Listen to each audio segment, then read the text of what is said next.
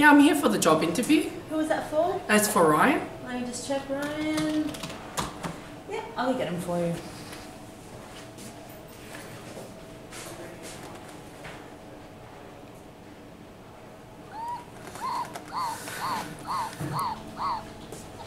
Ryan's ready to see you now. Come in today.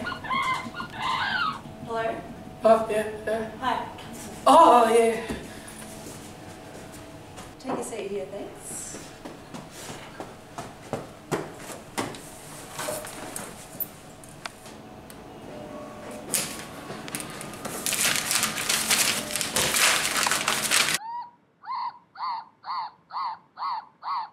Evening, Will. Pleasure for you to come along this evening. So I'm so glad you could take the opportunity to come and sit with me, because no one really wants this job except for someone of your expertise, which I'm so glad that you have come in today. I'm sure you know about the requirements and how you must be good with children, you must be good with elephants, you must be good with balloons, and you must be good with latex. Obviously, you cannot be allergic to chicken.